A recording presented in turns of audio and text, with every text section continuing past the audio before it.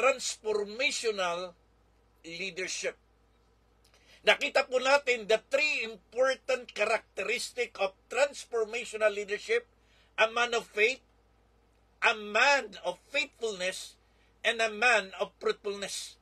Makadiyos, matapat, at mabunga. Last Tuesday, tinalakit po natin yung first part ng ating transformational leadership, a man of faith. Nakita po natin yung apat na katangian. Number 1, saved, separated, spiritual, and sensible.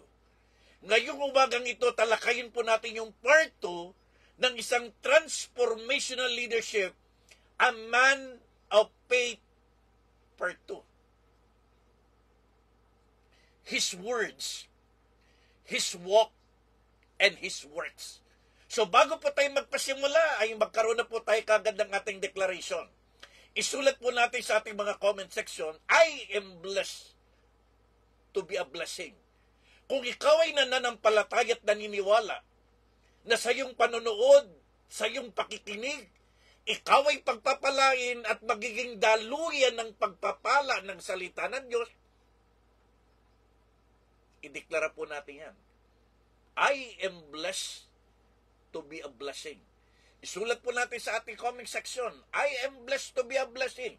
And if you want to become a channel of blessing, ishare po natin ito sa ating mga kapamilya, kamag-anak, mahal sa buhay, kaibigan, kabarkada, lalo na po yung mga kakilala natin na OFW, kamag-anak natin, mga nagtatrabaho sa ibang bansa, na alam nating dumadaan ng matinding kalungkutan, matitinding hirap at sakripisyo. I-share po natin ang salita ng Diyos upang tayo ay maging daluyan ng pagpapala at sila'y mapagpala. So simulan po natin ang ating pag-aaral sa ating Man of Faith part 2. Anong sabi po ng Ephesians 4:29? Let no corrupt words proceed out from your mouth, but what is good for necessary edification, that it may impart grace to the hearer. Sa Tagalog, huwag kayong magsasalita ng masama, kundi iyong makakabuti at angkop sa sitwasyon para maging kapaki-pakinabang sa mga nakikinig sa atin. Diyos po magpapala ng kanyang buhay, mabisat makapangyarihang salita ngayong umagang ito sa ating Bible devotion. So ngayong umaga, ihanda po natin ang ating mga sarili sa part 2 ng isang transformational leadership, a man of faith when it comes to His Word. Sa isang tumatakbong kandidato, sa isang tumatakbo sa pamunuan ng ating barangay at ng ating SK, mga kabataan, as a man and woman of faith, mahalaga po nating makita, marinig at mapag-aralan ang bawat salita na lumalabas sa kanyang mga labi.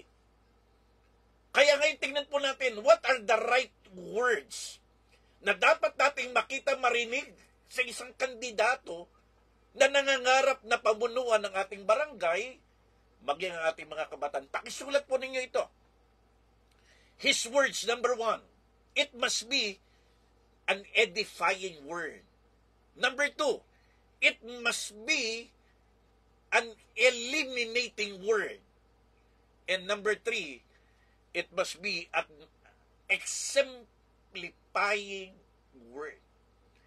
Again, ulitin po natin.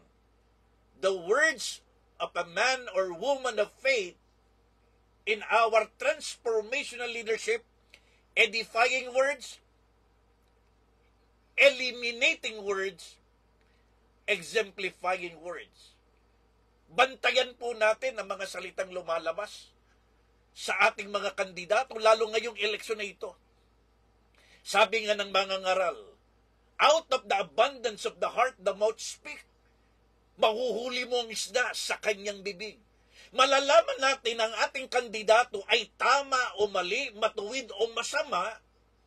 Pakinggan po natin ang bawat salita na lumalabas sa kanilang labi, especially kapag sila po ay nangangampanya niya, nasa ibabaw ng entablado, kapag sila'y nagsasalita, pwede po nating batayan ng pagiging matuwid, pagiging masama, pagiging tama, at pagiging mali ang bawat salita na lumalabas sa kanilang mga bibig. So kung handa na po tayong lahat, pakilabas po natin ang ating ballpen, papel, lapis at notebook. Sa mga high-tech, yung ating mga notepad, iPad, because we believe that note takers are world changers. Simulan po natin ang ating Bible devotion ngayong araw ng Thursday. Transformational leadership, when it comes to His Word, number one, His Word must be an edifying words. Sulat niyo po sa inyong comment section, edifying words. Anong sabi po ng verse 29? But what is good for necessary edification? Kung ano yung mabuti at angkop sa sitwasyon. Ang unang magandang katangian na dapat nating makita at marinig sa ating mga ipinapanalangin, sa ating mga sinusuportahan at pinipiling kandidato para tumakbo sa ating barangay SK election na talagang tutulungan po nating maluklok sa kapangyarihan. Number one, meron siyang tinatawag na edifying words. Na bawat salitang lumalabas sa kanyang labi ay mga salitang mabuti at angkop sa sitwasyon. Ano ba ibig sabihin ng tinatawag nating edifying words? There must be purity in His Word. There must be purposeful encouragement in His Word. And there must be a positive communication in His Word. Pag sinabi nating edifying words, purity, purposeful, and positive word, merong kadalisayan, bawat salitang lumalabas sa kanyang labi ay hindi lamang salita na para bang isang pangako na madali niyang malimot. Dapat bawat salitang lalabas sa kanyang labi ay may kadalisayan at may katotohanan. Purposeful. Dapat bawat salitang kanyang bibitawan, lalo na yung kanyang mga ipapangako, ay talaga pong nakaplano. At yun ang layunin niya, nagagampanan niya, kung sakaling siya'y mananalo. At pangatlo, positive. Ang isang tunay na matuwid at tamang leader, hindi siya kailangang manira. Hindi siya kailangang mambatikos ng kanyang kapwa politikang kalaban para lang siya manalo. So tandaan po natin ito, edifying words must be pure, purposeful, and positive.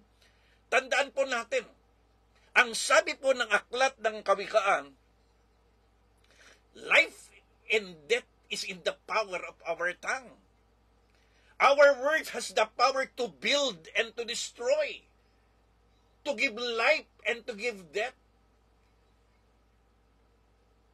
Ingatan po natin yung mga tumatakbong politiko at politika ngayon, yung mema. Alam niyo ibig sabihin ng mga memang politiko? Yung mema sabi lang, magsasalita yan, mangangampanya yan, pero mga mema. Magsasalita lang sila pero walang kwenta at walang kabuluhan. Kaya nga mahalaga na pakinggan po natin ang bawat salitang lalabas sa ating mga kandidato. It must be an edifying word. Itinuturo sa atin ang salita niya the importance of edifying words because we are called to use our words as an encouragement and upliftment. Lalo ngayon sa panahon natin talagang napakahirap.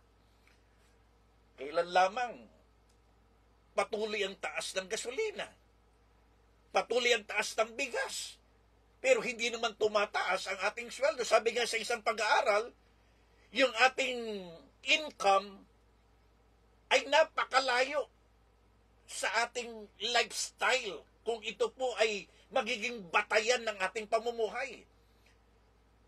Na yung sinusweldo nating mga Pilipino ay napakakapos na kapos kapag itinapat po sa pamumuhay nating lahat.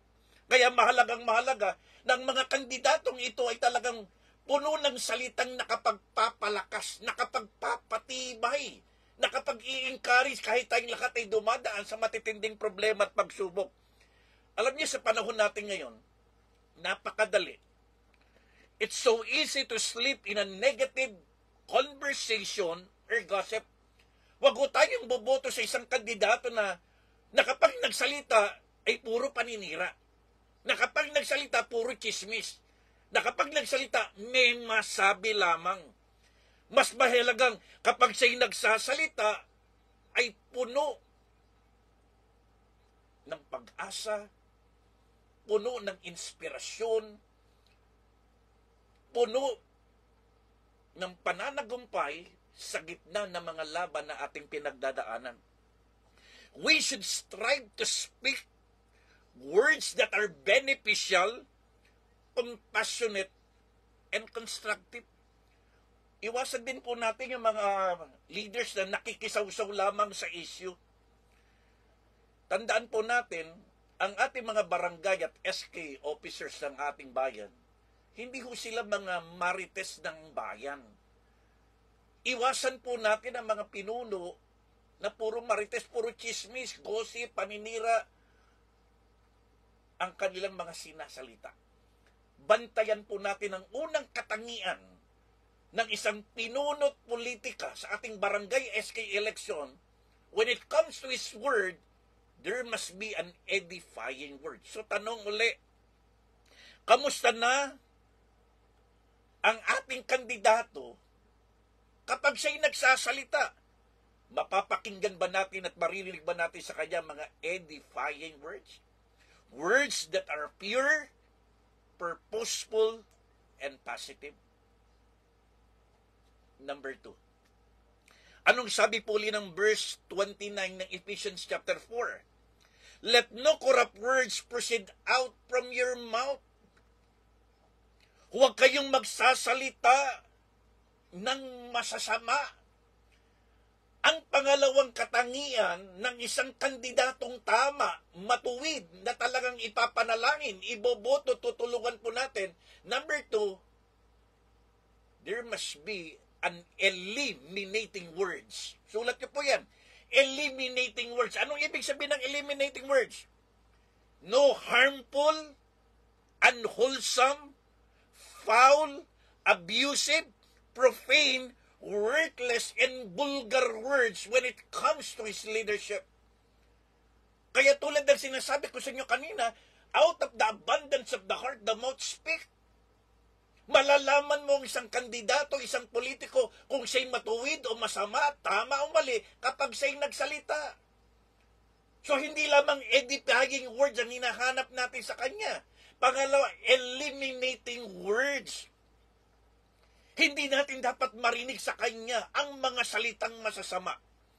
Anong sabi ng Proverbs 18:21? Sabi ni Haring David, the tongue has the power of life and death. Napakamakapangyarihan ng ating salita. Dahil ang salita natin ay nagtataglay ng kapangyarihan ng buhay at ng kamatayan. Anong sabi ni Apostol Pablo? Let all bitterness, wrath, anger, clamor, and evil speaking be put away from you with all malice. Ito'y tinatawag natin mga eliminated words. Dapat ito'y hindi natin naririnig na sinasalita ng isang tunay na kandidato. Ano-ano yung mga salita ngayon? Bitterness. Kapag nagsasalita bang ating kandidato punong-puno ng galit at sama ng loob? Wrath. Punong-puno ba siya ng puot? Anger. Puno ba siya ng galit kapag nagsasalita? Clamor. Pag sabay nagsasalita, lagi siya naghahamon na lang ng away. Evil speaking. Puro masasama ang ginagamit ng salita laban sa kanyang kaaway. Kaya sabi doon, put away it from you. Abstain from all eliminated words. Kasi nga, kung anong laman ng puso, yun ang lumalabas sa labi. Kaya kung ating mga kandidato ay puro masasamang salita ang lumalabas sa kanya para lang sa manalo, isip-isip po tayo. Dahil ang mga lumalabas na puro masasamang salita sa kanyang labi, laman ng kanyang puso yon. Tandaan po natin ito. having a profound impact. Every negative words or positive words have a profound impact, not only in our lives, but even to the lives of those who hear us. Bawat mapanirang salita, hindi lamang ito nakakaapekto sa atin. Nakakaapekto din po ito sa mga nakikinig sa atin. Di ba aklat ng Genesis? Words are not only for communication. Words are for creation. Kaya nga sabi natin, there is life and death. Kaya nga ang ating bansa ay hindi na po umaangat ng umaangat, kahit napakayaman natin. Bakit? Kasi marami sa ating mga kababayan, hindi naman lahat, pero marami, walang ginawa kundi siraan, husgahan, pulaan, laitin ang ating bayan. There's power in our words. Kaya yung mga kandidato natin, kapag salita na puro paninira sa kapwa kandidato, puro paninira sa mga namumuno, puro paninira sa ating kapwa nating kapwa Pilipino, delikado po yan. Reminding us that our tongue can bring either life or death, blessing or curse. Kaya paalala, bantayan nating maigi ang mga salitang lumalabas sa ating mga kandidato. Engaging not in unwholesome talk, sowing the seeds of negativity, harm, and death. Kaya kapag nakarinig tayo ng isang kandidato natin sa barangay, ang mga kabataan, na ang paraan ng kanyang pagkapanalo ay paninira ng kanyang kapwa kandidato, puro na lang pambabatikos sa ating barangay, pambabatikos sa ating bayan, pambabatikos sa ating pamunuan, ingat po tayo. Kasi ang ganyang klase ng leadership ay hindi magdadala ng pagpapala kundi sumpa sa ating bayan. Example, kapag narinig mo siyang magsalita, ang mga salita bang lumalabas sa kanyang labi ay mga salitang nagbibigay papuri sa Diyos? O nagdadala ng kahihiyan at kalapastanganan sa Diyos?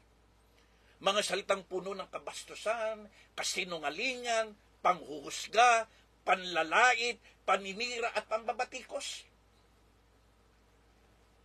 So the second characteristic of a transformational leadership when it comes to His Word, eliminating words. So kamusta na uli ang salita ng ating mga kandidato? Meron ba siyang tinatawag na eliminating words? No harmful, unwholesome, no foul, abusive, profane, and worthless, vulgar kinds of words? Alam niyo, manood kayo ng Senate hearing, Congress hearing. Makikita niyo yung mga senador at congressman na nakakalungkot. Live po yun. Pinapanood sila, hindi lang ng kanilang mga kapamilya, kundi ng buong bansa at ng buong mundo. At mapapakinggan po natin ang mga ganong klaseng salita na nakakahiya. Kaya minsan sabi nga ng isang commentator, ang ating pong Senado at Kongreso, na wala na yung dignity. Kasi bakit? Pag nagsalita kasi, punong-puno ng mga vulgar, profane, foul, unwholesome kind of words. At yan po ang babantayan natin, na wag na pong maulit na, makaupuli sa katungkulan at kapangyarihan ang mga politiko't politika na puro nega ang mga salita. The third and final. So tandaan po natin, edifying words. Eliminating words. And number 3, exemplifying words. Basahin uli natin ang verse 29. That they may impart grace to the hearers. May pakinabang sa mga nakikinig. Anong sabi po ng Colossians 4:6? Let your word always be seasoned with grace, seasoned with salt, so that you may know how to answer everyone.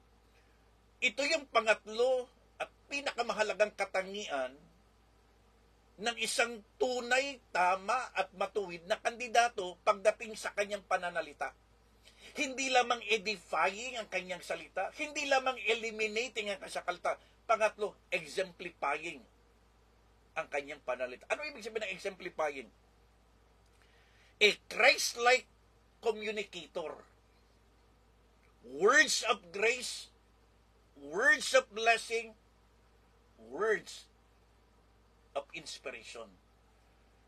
Dapat ang mga salitang napapakinggan daw natin sa kanila, sabi ng Biblia, may pakinabang sa mga nakikinig. Modeling our communication full of grace. Hindi naman ibig sabihin ng full of grace ay mambobola po yan. Hindi ho yan nagbobola. Siya ay nagsasalita ng katotohanan pero puno ng biyaya. Showing love, patience, even in challenging situation. Na kahit ang bansa natin ay dumadaan ng matitinding economic crisis, sufferings, pero kita mo, bawat salitang lumalabas sa kanya ay puno ng biyaya. Yun ang sinasabi ng Biblia, words that are full of grace. Mararamdaman pa rin natin sa kanya pag siya nagsalita ang pagmamahal niya sa Diyos, pagmamahal niya sa bayan, at ang pagmamahal niya sa kanyang kapwa Pilipino at bawat Pilipino. Ano yung pangalawa sa doon? Seasoned with salt.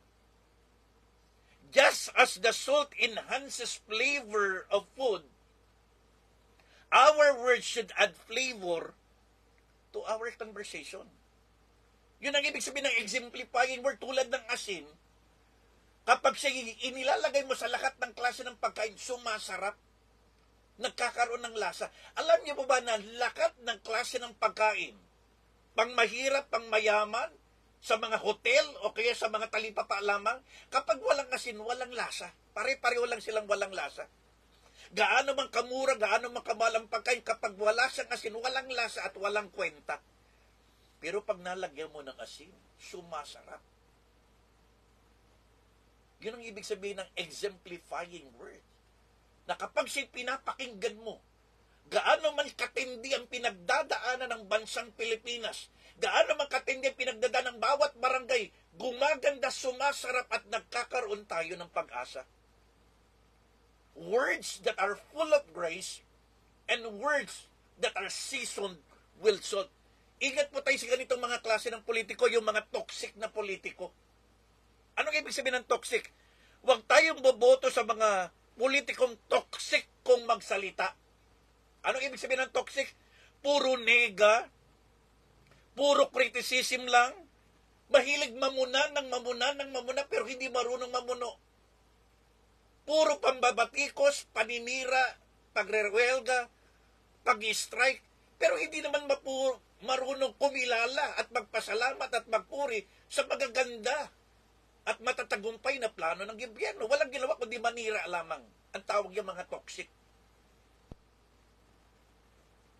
So yung pangatlong katangian ng isang kandidatong tutulungan at susuportahan at ipapanalangin natin ay isang transformational leaders when it comes to His Word, exemplifying, full of grace, seasoned with salt. So pangatlong tanong, kamusta uli ang iyong kandidato? Meron ba siyang exemplifying words? Na kapag siya'y nagsasalita,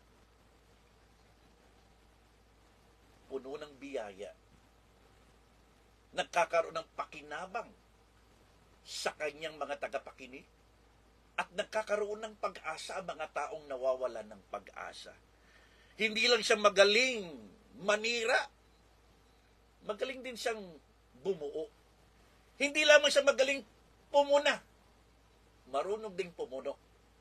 Hindi lamang siya magaling mambatikos, magaling din siyang pumuri. So tandaan po natin, sa aking pagwawakas, remember the importance of using our words to build, to uplift, and to encourage. Number 2, strive to eliminate unwholesome talk. And number 3, choose to exemplify a Christ-like communication in all our interaction. So, i-wrap up natin. A transformational leadership, when it comes to His Word, checkin niyo po yung number 1. meron siyang edifying words. Number 2, meron siyang eliminating words. At number 3, meron siyang exemplifying words. So kung tayo pa'y pinagpala ng salita ng Diyos, don't be content of just being blessed. Be a channel of blessing. Level up. Kapatid, kaibigan, kung nais mong maranasan ang pag-ibig ng Diyos, nais mong maranasan ang plano ng Diyos, nais mong maranasan ang kapangyarihan ng Diyos, hindi politika ang katugunan. Si Jesus po ang katugunan. Kaya kung nais mong maranasan ang pagmamahal, pagpapala at kapangyarihan ng Diyos, subukan mong tanggapin si Kristo. Sabi mo lang, Panginoong Jesus, patawad po sa aking mga pagkakasala. Patawad po sa aking mga kamalian. Sumasampalataya ko ikaw ang bugtong na anak ng Diyos na napako, namatay at muling nabuhay bilang kabayaran ng aking mga kasalanan. Tinatanggap kita bilang Panginoon, tagapagligtas at Diyos ng aking buhay. Baguhin mo ko, Panginoon. At gamitin mo kong daan ng iyong pagmamahal, daan ng pagbabago, at daan ng kaligtasan. Sa pangalan ni Jesus. Amen. So sa lahat po ng mga kapatiran po natin na pangmanonood, kung kayo pinagpala, level up. Do not be content of just being blessed. Always be a channel of blessing. So sa ating pagpapatuloy, nais ko lang pong magbigay ng mga praise report. Ito po yung mga answered prayer sa mga nakalipas na araw na ating pinanalangin. So una, nais po nating papurihin ng Panginoon sa panalangin po ni Ate Joanne Dogilio, sapagkat ang kanyang father nagkaroon na po ng trabaho. Matagal niya pong pinagpipreya, kaya purihin ng Diyos sa trabahong ibinigay ng Diyos sa father po ni Ate Joanne Dogilio. At praise report din po kay Ate Ruth Valerio, sapagkat nagkaroon na po uli, naibalik na, naikabit na uli ang kuryente ng Meralco sa Kalambahay. Purihin po ang Panginoon. Papuri din sa panalangin ni Ate Rochelle Balakit sa safe travel ng kanyang asawa na bumalik na po ng Qatar, at safe travel din ng kanyang in-law sa CDO. Purihin po ang ating Diyos sa buhay. Praise report din kay Kuya Matt Malyari, sapagkat siya po ay nakalabas na sa ospital. Salamat, Panginoon, sapagkat at last, pinagaling mo po si Kuya Matt. At siyempre, praise report kay Jaslyn Ramiscal, fit to work, handang-handa ng magtrabaho. And then kay para sa akin po, at kay Pastor Noemi, kahapon kami po, for the very first time, for more than 30 years, salamat sa buhay po ng ating mga pastoral, sa ating mga core leaders, members, and workers na sumuporta po sa amin para magkaroon kami ng tinatag nating APE, Annual Physical Examination. Salamat po. After more than 30 years, naranasan po namin yung APE. Nais din po nating batiin ang lahat ng ating mga birthday celebrant ngayon. Happy birthday po kay Ate Rose Gaspar. Nag-birthday po siya noong September 4. Anthony Milo, September 5. Kay Kagawad Obet Javier, September 5. Ate Mabel Padilla, happy birthday Ate Mabel. Purihin ang Panginoon. Kay James Fernandez, September 6. At September 8, Kuya Adrian Kaluya. Happy birthday, Kuya Adrian. Yan po yung ating kapitbahay dito sa Barangay Olympia. September 9, Richard Ganilato, ang ating pong officer ng Sama BMPC. Kuya Richard, happy birthday. At siyempre po kay Kuya Bernie Coriano sa New Zealand, happy birthday, September 9. Ate Leia Cruz ng Vendors Association, happy birthday. At kay Ate Marge Lim, September 10, happy birthday. So happy birthday sa lahat. At siyempre po sa lahat ng mga viewers natin, listener nagbe-birthday, happy birthday po. At ngayon po ay manalangin tayo. Meron tayong mga importanteng panalangin. Samahan niyo po ako sa ating panalangin. Panginoon, salamat sapagkat kami mayroong isang Diyos ng himala, Diyos na makapangyarihan sa lahat, that to those who believe nothing is impossible. Sinabi mo sa amin, Panginoon, be anxious for nothing, But in all things, by prayer and supplication, let our request be made known unto God. Kaya sa oras po ito, Lord God, Father, we pray para kay Ate Rosel. Lord, ang dalangin po namin kay Julius and Rubisola, Lord, complete divine healing in the mighty name of Jesus. Lord, saan man naroon, Lord God, si Kuya Julius, si Ate Ruby, Lord, iunat mo yung mapagpala at makapangyariang kamay. And Father, I pray, declare, and claim divine healing kay Ate Ruby at kay Kuya Julius. Lord, dalangin din po namin si Ate Nene, Lord God, para sa kanyang asawa, si Arnold Paharon, Lord, na nasa ospital. Lord, we pray for your complete divine provision, complete divine health, strength, and healing. Lord, iparamdam mo sa buhay po ni Ate Nene, nakasama mo siya, at ayaw mo, Lord, gumawa ka ng himala sa katawan po ng kanyang asawa at maranasan niya ang kumpletong himala ng kagalingan in the mighty name of Jesus. Lord, dalangin din po namin Sister Sally po, ang asawa po ni Dr. Arnold Carandang. Lord, we pray and we declare complete divine healing, complete divine provision, Lord. Mahigit milyon na po ang kanilang gastusin, Father, but we pray, Lord God, that we have a supernatural God who will provide ng lakat ng financial need dito. At lakat ng pangangailangan po ni Sir Saller, complete divine health, complete divine healing, complete divine strength in the name of Jesus. Lord, patuloy din namin idinadalangin sa iyo, Panginoon, yung aming Project Jabez. Idinadalangin po namin, O Diyos, na ikaw ang kukumpleto ng lakat ng pangangailangan ng aming church at ikaw din ang ihipo ng lakat ng gagamitin mo para sa aming Project Jabez in Jesus' name. Lord, dalangin din po namin yung aming Prayer House Church Mission Program. Dalangin po namin, Lord God, sa bawat barangay, sa bawat tahanan, sa bawat syudad, bawat tahanan, sambahan, bawat pamilya, kapilya, at maging online at on-site, Lord God, madala po namin ang paghahari ng Diyos sa bawat puso ng bawat Pilipino. Lord, gamitin mo ang aming mga tahanan para maging bahay panalanginan at bawat bahay bilang bahay panambahan. Lord, dinadalangin din po namin yung Barangay SK Election 2023. Lord, sa lahat ng mga tumatakbong kandidato po namin, samahan mo po sila, Lord God. Balutan mo sila ng iyong kapangyarihan, ilayo mo silang lahat sa anuman disgrasya, panganib, anumang aksidente, Lord. Dalangin po namin ang isang peaceful, righteous, and holy election, O God. Alisin mo lahat ng bangayan, alisin mo lahat ng siraan, at Lord, alisin mo lahat, Lord God, ng patayan. Maging mapayapa at maging maayos po ang aming Barangay SK election ngayon. Lord, samahan mo rin kami mga bumuboto na iboboto po namin yung tama at matuwid, hindi yung mali at masama, sa pangalan ni Jesus. Lord, dalangin din po namin si Kuya Freddy, O God. Lord, dinadalangin po namin sa kanya, Lord God, yung Isaiah, that no weapon forms against him shall prosper, and every word that rises against him, you will condemn. You will refute and put them to silence. Lord, lahat po ng paninira, lahat po ng panggugulo, all the wiles of the devil sa buhay po ni Kuya Freddy, Lord, tinatalian po namin at kinakalagan namin ang kapangyarihan mo na sasamahan mo siya, Panginoon. Pagtatagumpayin mo siya sa lahat ng kanyang laban. Ama, maraming salamat po. Muli sa iyo ang aming papuri, paragal, pagsamba, pagdakila sa pangalan ni Jesus. Purihin po ang ating Diyos sa buhay. At bago po ako magwakas, nais ko pong i-shout out ang lahat ng ating mga kaibigan at kapatid, yung first 12 na ating mga live viewers. So, nais po natin i-shout out Ate Delia Kapati, sa Kapati pa, Ate Delia, maraming salamat sa patuloy at matapat na pagsuporta mo sa ating GMB. Ate Malu Enciso, maraming salamat po. Kuya Ronnie Belus, Kuya Ronnie, maraming salamat and God bless you more.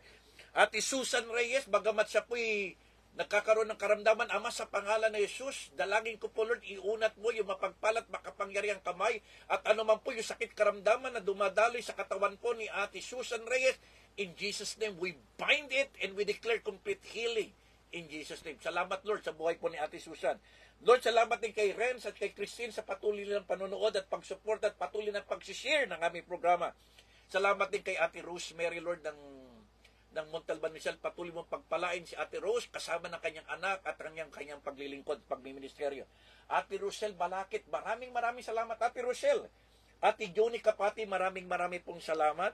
Nanay Loling Ibasco, marami pong salamat. Ate Helen David, maraming salamat. God bless you more. Kasama na si Stephen, maraming salamat. Si Ate Menchi, maraming salamat sa Atangke family. At kay Pastora Noemi, salamat po sa aking asawa. At siyempre po kay Ate Amalia Andaya, na patuloy pong nanonood yan. Maraming salamat po sa inyo lahat. So muli po, ito ang inyong kaibigan, ito po ang inyong lingkod, Bishop Efren Nadadong nagsasabing, life without Jesus is a hopeless end, but life with Jesus is an endless hope. Without God, life is a dead end. Kaya napakahalaga, nagkakaroon lang ng value ang buhay natin kapag si Kristo'y nagahari sa puso natin. Tandaan po natin, don't stop when you are tired. Stop when you are done. Huwag tayong mapapagod o huwag tayong susuko kahit pagod na tayo sa ating paglilingkod, because our work in the Lord will never be in vain. So again, always aspire to inspire before we expire. Maraming salamat po sa inyong lahat. God bless you all. Good morning, beautiful. Shalom. Shalom.